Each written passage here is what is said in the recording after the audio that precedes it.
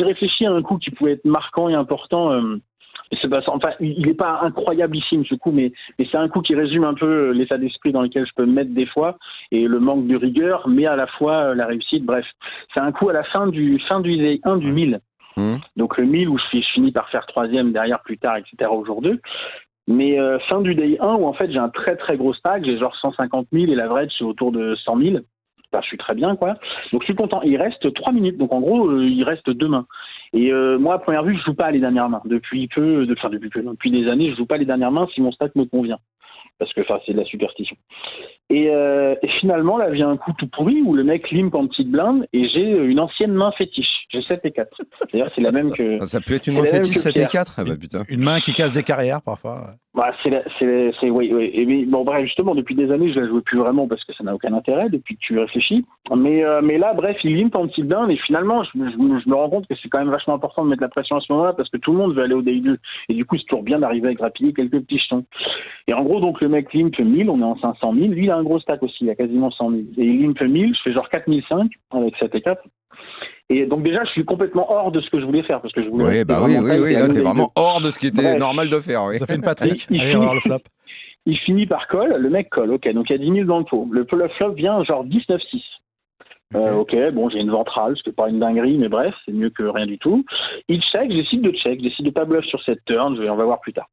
Turn, ça fait 7, donc 19, 6, 7. Donc là, il y a une quinte, si vous avez bien compris, il y a un 8 qui fait quinte. Et puis moi, ça me fait qu'une vieille troisième paire, quoi. Et là, donc, il y a 10 000 dans le pot et le mec décide de faire genre 7 000. Donc déjà, c'est super bizarre parce qu'il envoie hyper cher dans ce spot au turn. Alors que moi, j'ai représenté rien parce que j'ai checké sur un flop 19-6. Donc, je représente vraiment beaucoup de faiblesses. Et Adrien, pour un mec qui voulait pas jouer les derniers coups, et là, t'es dans un coup, tu te dis, mais quelle merde je suis en train de me mettre parce que ça te fait réfléchir du coup, là. La suite va être bien pire parce que là, tu pourrais être gentil et passer. Mais je me suis dit, attends. J'ai dit non, parce que moi, je représente trop de faiblesses dans ce spot et il fait cher, donc il y a une incohérence, tu vois. Si tu représentes de la faiblesse et que le mec fait cher, il y a forcément une incohérence. Bref, je décide de payer à ce moment-là avec ma troisième paire, donc le pot devient entre guillemets très gros, parce que du coup ça fait 7, 14, 25, il y a 25 000 dans le pot. Et river, ça fait c'est vraiment pourri la river. Je crois que ça fait un roi. Et là, non, attends, je te dis une bêtise, parce qu'il n'y a pas de quinte. Bref, ça fait un 3. Donc 19-6, turn 7, river, ça fait un 3. Le problème, c'est que là, il overbet le pot, et en fait, il y a 25 000 dans le pot, il fait 35 000. Et là, c'est la merde parce que tu te retrouves avec rien. J'ai une troisième paire sur 19, 6, 7, 2.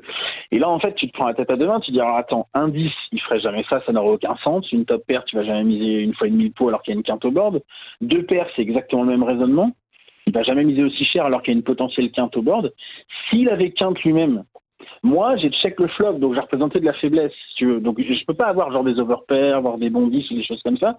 Donc, s'il avait une quinte lui-même, il ferait jamais 35 000 au risque de me faire passer 95% de mes mains. Donc, quand tu as fait tout ce raisonnement-là par A plus B, tu te dis, en fait, il reste que des bluffs. Et du coup, j'ai collé 35 000, il m'a retourné As-3 off. Et du coup, ça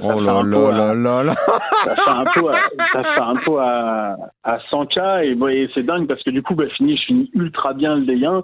Et surtout, c'est très humiliant pour l'autre. Et puis là où je voulais en venir, c'est surtout que c'est pas l'idée de me la raconter, avoir fait ça. Mais c'est que ce qui est rigolo, c'est que finalement, j'ai pas respecté ma rigueur, mais par contre j'ai totalement respecté mon read et mon courage et mon analyse de la situation, et ça c'est un élément qui est vraiment à mettre en avant. Franchement, les gens n'ont pas le courage de se faire confiance. Franchement, ce coup il est beau. Ouais, c'est comme vraiment ça. Il est beau. C'est comme ça que tu gagnes des tournois parfois.